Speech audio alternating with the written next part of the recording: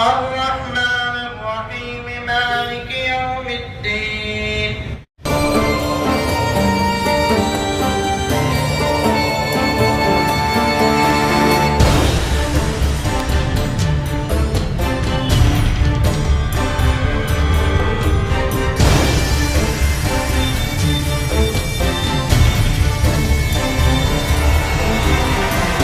سب سے بات معلوم ہوئی کہ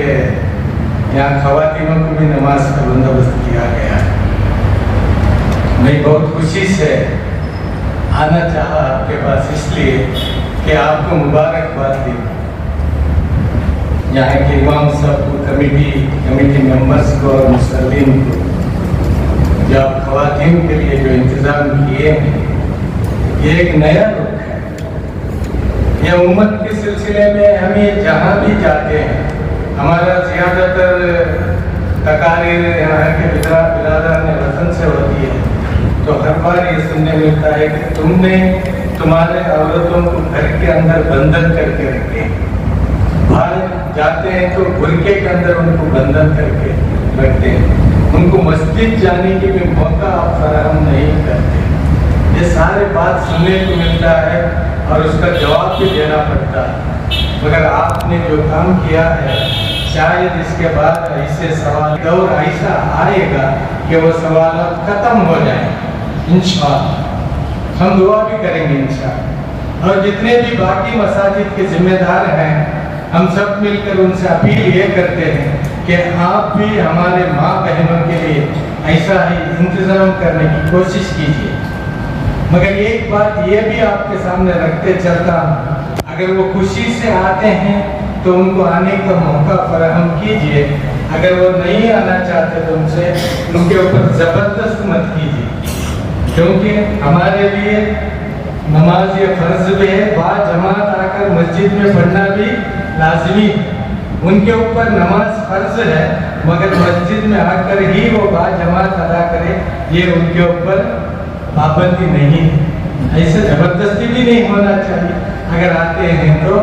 ان کو روکنا بھی نہیں چاہیے۔ اعتدال کے راستے پر نکلنے کے لیے اللہ کے رسول صلی اللہ علیہ وسلم کے بہت سارے حدیثیں ہمارے سامنے موجود ہیں۔ اور دوسری بات مجھے یہ خوشی ہوئی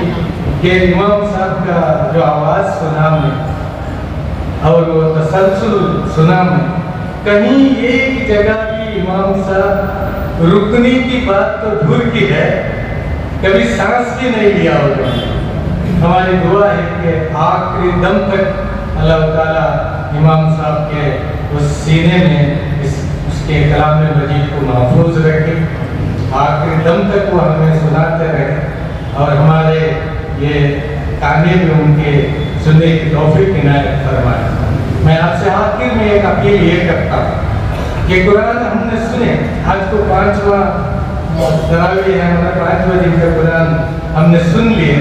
مگر کم از کم آپ کوشش کیجئے کہ آج رات ہم نے قرآن سے کیا سنے، اسے سمجھنے کی کوشش کیجئے۔ 5 وقت کا 5 دن کا تو پینڈنگ ہے آپ کے پاس، کسی وقت نکال کر ماں بہنیں بھی آئے ہیں، ان کو لے کر گھر میں جو بھی زبان آپ جانتے ہیں اس سے آج رات ہم نے کیا سنے ہیں، اس کو اگر سمجھیں گے نا۔ آج آپ کے اطلاع کے لیے بنگلور میں ایک کتاب ریلیز ہوا،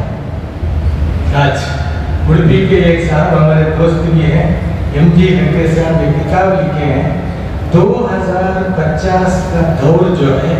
وہ مسلمانوں کا دور ہوگا کیا، ایک سوالی نشان ڈال کر وہی کتاب آج ریلیز ہوا ہے۔ ہم سب توقع رکھیں گے، اگر قرآن ہمیں سمجھ کر پڑھیں گے، اس کے مطابق ہمارا لائف سٹائل کو ہمیں بدل دیں گے، اور ہمارا کنیکٹ جو ہے قرآن سمجھ کر پڑھنے کے ساتھ اللہ کے ساتھ ہو جاتا ہے، وہ کنیکشن اگر ہمیں کام کریں گے، وہ دن دور نہیں ہے کہ تم یہاں پر اسلام کے علم بردار بن کر عدل کا حکومت قائم کریں گے، مگر قرآن کو سمجھنا اور سمجھ کر پڑھنا پڑے گا۔ ہم سب کو اللہ تعالیٰ توفیق عنایت فرمائے۔ میں پہلے ایک آیت آپ کے سامنے پیش کیا کہ اللہ تعالیٰ کہتا ہے، کوئی ہے